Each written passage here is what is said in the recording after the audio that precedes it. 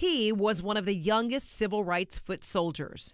Julian Bond's journey as an activist, poet, lawmaker, television commentator, and teacher was impressively significant, spanning decades.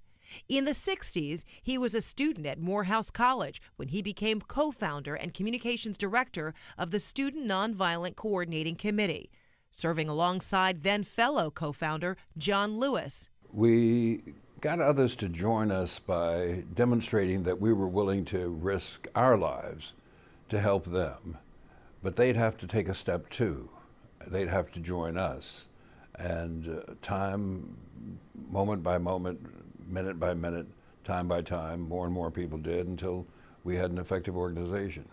Described as passionate about fighting discrimination and any vestiges of white supremacy, he was also known for his wit, intellect, cool demeanor, and good looks. He'd be elected to the Georgia House of Representatives in 1965, but would still encounter indignities at the start of what would become his 20-year service. His white colleagues in the House refused to let him take his seat because of his opposition to the Vietnam War. His critics accused him of being disloyal.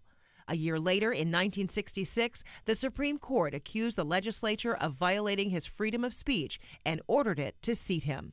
He'd also serve in the Georgia Senate for years.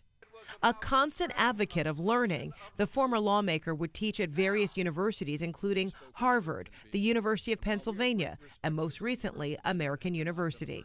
He was founding president of the Southern Poverty Law Center in the 70s. In a statement following his death, the SPLC said, "With Julian's passing, the country has lost one of its most passionate and eloquent voices for the cause of justice.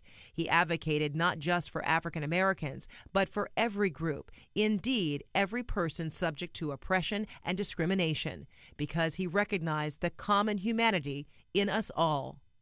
The Tennessee native was committed to civil rights in America and beyond.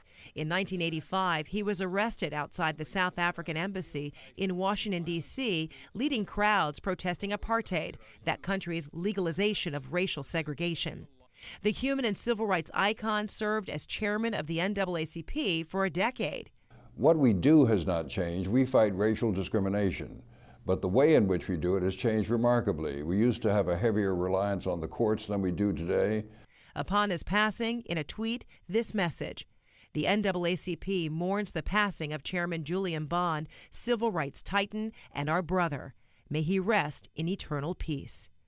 Julian Bond, dead at the age of 75, survived by his wife and 5 children.